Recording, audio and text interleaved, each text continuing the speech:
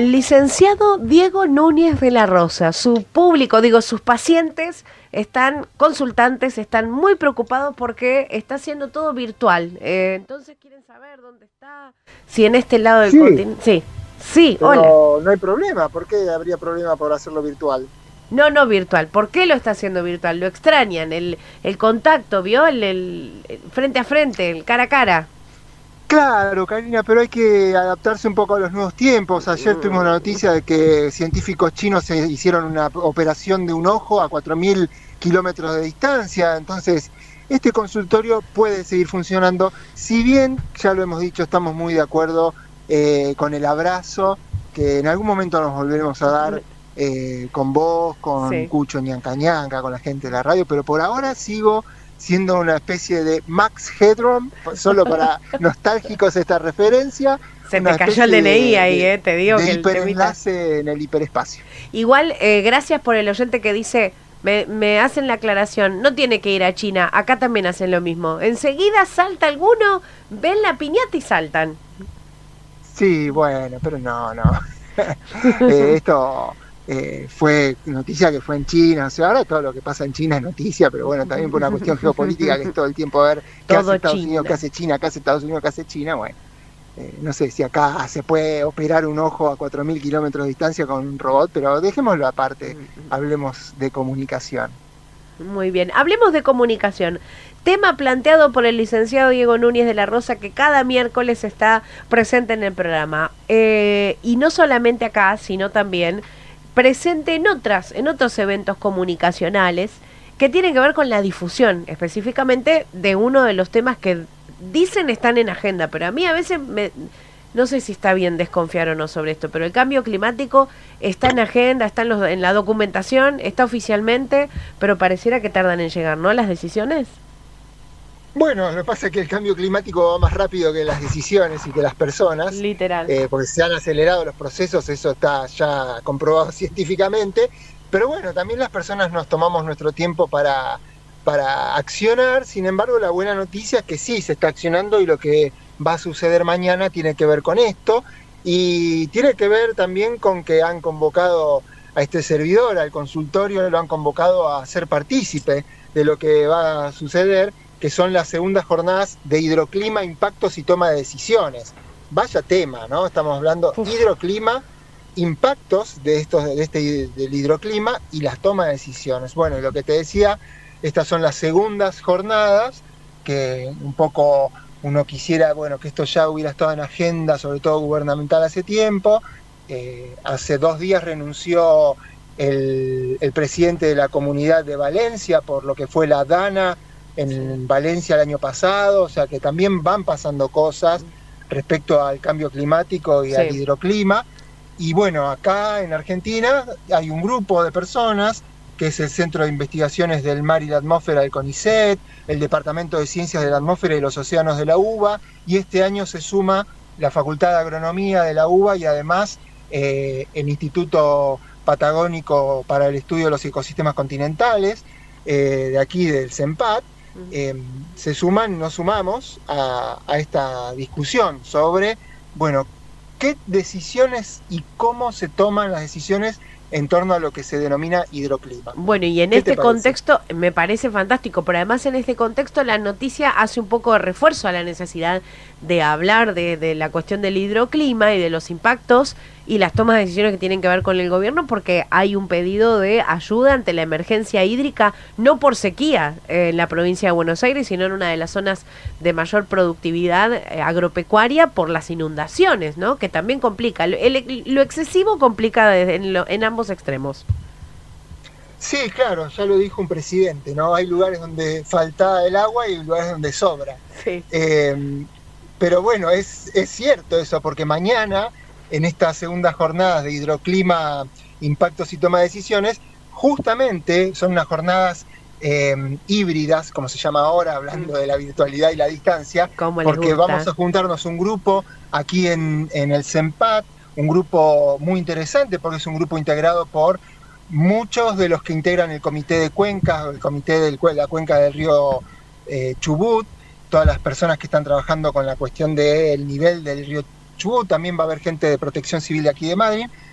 Acá vamos a analizar el hidroclima desde la escasez, pero lo que vos decías, la gente que se juntará en manera virtual se reunirá en Buenos Aires, en la UBA, va a hablar de la sobra de agua. Entonces vamos a estar hablando de muchos temas. Ahora vamos a especificar cuál va a ser el nuestro en particular, que nos va a tocar como consultorio de comunicación. Muy bien. Vamos a estar hablando de la sequía y de las inundaciones. Vos fíjate, pero ¿qué une a esto? Que es justamente la toma de decisiones. Cómo analizar un poco. Va a ser un espacio también de autocrítica, va a ser interesante, porque justamente es algo que es muy valioso cuando se hace la autocrítica, decir, bueno, ¿qué nos está faltando para que esa toma de decisiones llegue a tiempo, como vos planteabas al principio de la columna? Diego, también vos como comunicador social, te interpela la idea de estar equivocado, no en lo que uno dice, sino en cómo lo está diciendo, porque lo están avisando, desde la ciencia lo dicen, hay una crisis, hay un cambio climático, hay cuestiones de hidroclima a tener en cuenta, va a haber impactos, hay tragedias relacionadas, ¿no? También hay catástrofes relacionadas con el hidroclima. Y es como si el mensaje no quedara del todo claro o no fuera lo suficientemente alarmante.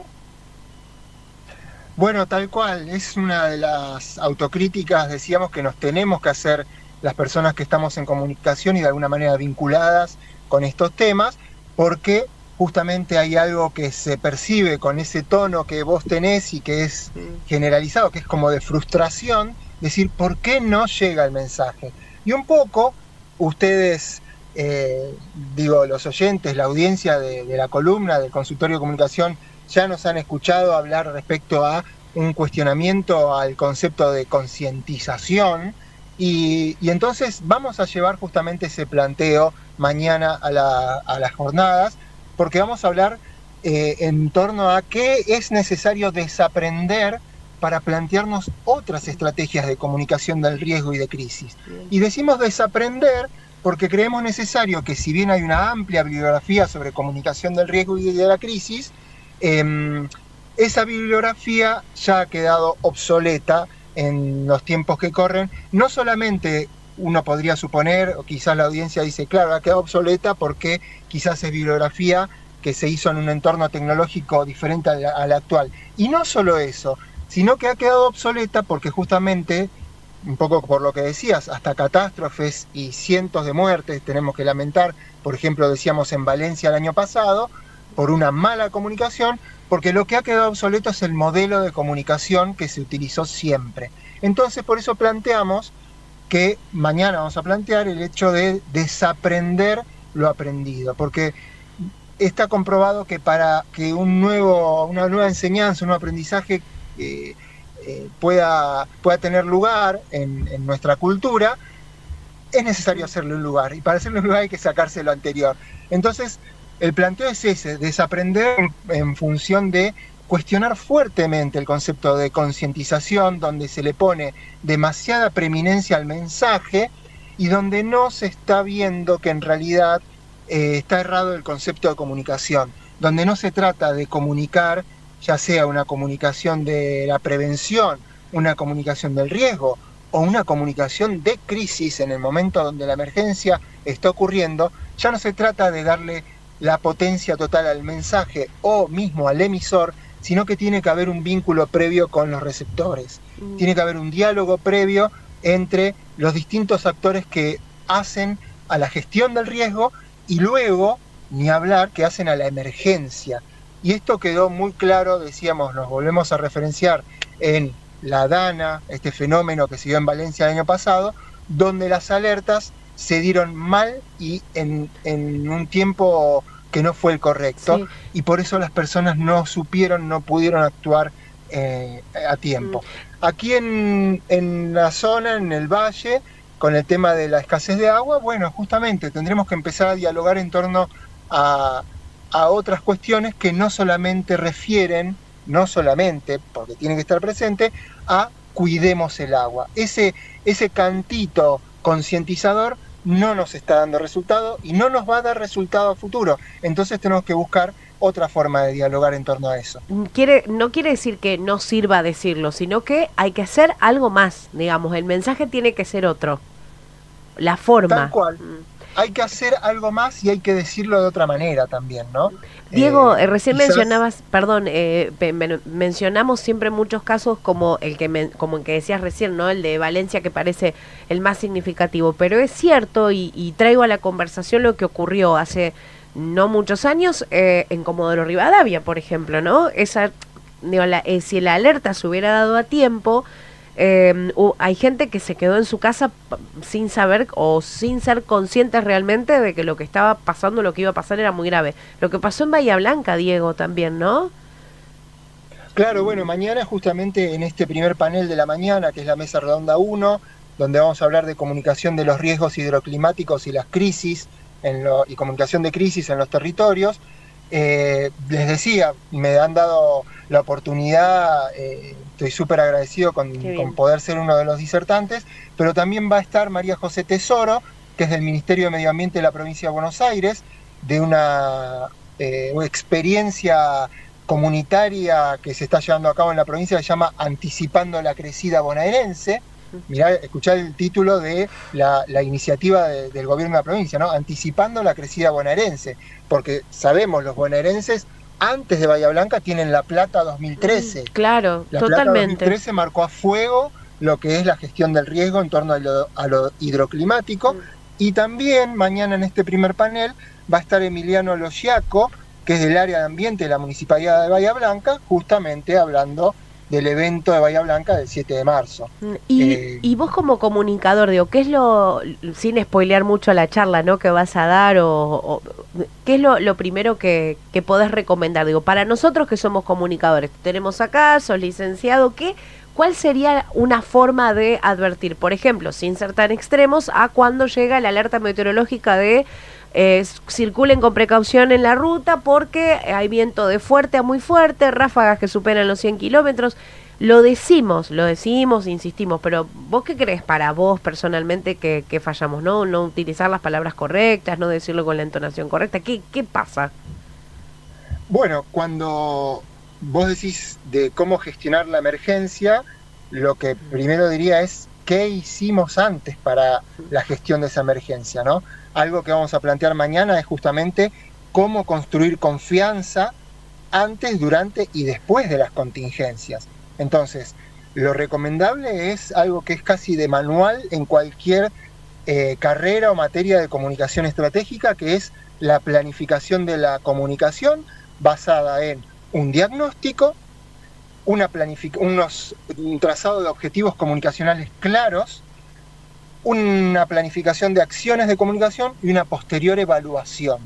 Diagnóstico, objetivos, acciones y evaluación es el cuarteto que no debe faltar en cualquier estrategia de comunicación. ¿Qué concretamente estamos diciendo y yendo más en torno a las ideas puntuales? Bueno, por ejemplo, esa estrategia de comunicación debe ser construida de manera participativa y comunitaria.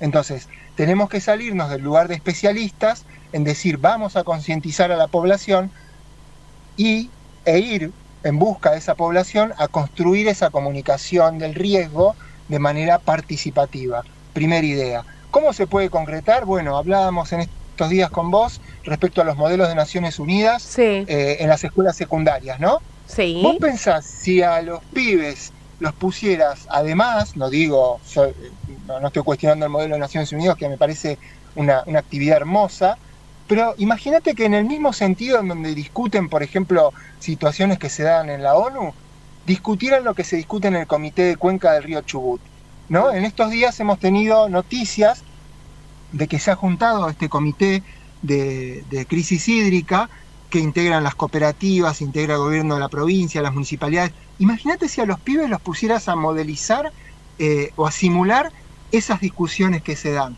¿Cómo vos te ahorrarías con esos estudiantes secundarios hablar en torno a lo que se viene, ¿no? En torno a la crisis hídrica que se puede venir. Sí, igual son tan conscientes. En el ámbito educativo, no es necesario ir a concientizar a los pibes. No. A los pibes los haces debatir y es más, hasta pueden llegar a salir soluciones de esas reuniones. No digo que también en esos modelos de Naciones Unidas siempre está en agenda, en comisión.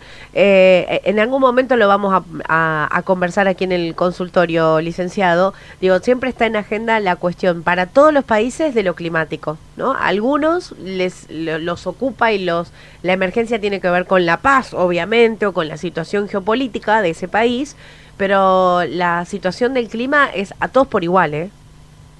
Bueno, justamente esa es una gran oportunidad donde ponerlos a discutir a los adolescentes en torno a algo que va a ser parte de su futuro. Sí. ¿Qué es esto? ¿La escasez de agua o la abundancia en el caso de los chicos y chicas que vivan en zonas inundables? Entonces vos ya los estás poniendo a discutir algo que los afecta como ciudadanos, les está dando una alta jerarquía de ciudadanía y de donde puedan salir ideas muy provechosas inclusive para los que toman decisiones, ¿no?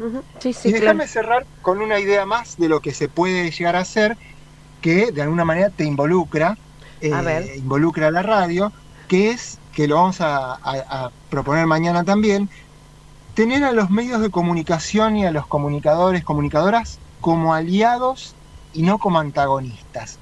Porque yo sé, y esto te lo digo así medio en secreto, porque Sí. creo que no nos escucha nadie, no, mentira. Ah, Eh, Diego. Hay muchas veces la sensación, y yo esto lo he escuchado en las reuniones, de que lo que se trabaja en esas reuniones o no salga tergiversado, o la responsabilidad del periodismo Sí. de, no, bueno, quieren siempre el escándalo. Bueno, para que eso no suceda, si es que en algunos casos sucede, lo que hay que hacer es involucrar también a los medios de comunicación como una institución social más en esta gestión de la emergencia, la gestión del riesgo, Totalmente. porque llegado el caso, o sea, ni hablar en términos de prevención, todo lo que pueden hacer los medios y los periodistas y las comunicadoras, y que de hecho lo venimos haciendo, porque desde mi trabajo en bomberos Sí. venimos actuando muy codo a codo justamente con este espíritu de poder hablar de temporada de incendios, de cultura de la prevención. Es algo que yo ya siento que formamos un equipo en ese sentido. Sí, Pero sí. también hacerlo en torno a lo que pueda suceder en la emergencia misma, ¿no? Y esto siempre nos referimos en lo que es la temporada de huracanes en el Caribe, cuando los gobiernos recomiendan llevar la radio. Recomiendan tener ropa seca, el celular con carga, fósforos y una radio, porque la radio siempre está. Entonces por eso hay que tener muy de aliados a los medios de comunicación, y porque la queremos muchísimo más a la radio, porque en esos momentos la radio o los medios, las redes sociales, van a ser determinantes para que vos hagas o no hagas una cosa. Ahí sí el mensaje va a ser muy verticalista, porque como fue durante la Dana o en otras emergencias, ahí quizás el mensaje es váyanse ya. Sí, Y eso sí. lo va a decir un medio de comunicación, lo va a decir un gobierno, un funcionario, por medio de los medios. Totalmente. Y lo que mencionás sobre que los medios no están por ahí dentro de estos encuentros, también tiene que ver un poco con, y en esto me hago cargo de lo que digo y también un mea culpa, que a veces nos creemos que como lo leemos y pues estuvimos ahí, lo leímos, lo podemos contar como si supiéramos. Y en realidad para eso hay que ponerle el micrófono a gente que sea o divulgadora científica o especialistas en crisis hídricas, ¿no? No tenemos que dar por supuesto que podemos hablar de todo. Puede ser, tal cual. Ahí es justamente lo que vos decís, es una autocrítica para tu sector. Obvio, la hago. Pero, pero también algo que es interesante y en el mismo sentido es que en el momento de la emergencia, por ejemplo, y en el posterior, y esto está sucediendo de hecho, a lo que se le denomina la resiliencia, lo que se está buscando y es parte de los objetivos del cambio climático, ¿no? Que se generen comunidades y sociedades resilientes, a eso también aportan mucho los medios de comunicación. Entonces, donde el periodista o la periodista toma la decisión de salir a el sector de la emergencia, que aún hoy es una decisión que no se está tomando muy frecuentemente o cuesta más que antes, porque la información muchas veces llega al propio medio, pero cuando la periodista o el periodista decidió salir a la emergencia y en el posterior acompañar con un mensaje resiliente. no buscar el catastrofismo, por más que pueda uno tener que dar cuenta de cantidad de muertos, daños. Sí, no en el morbo, ¿no? En el morbo humanas, innecesario.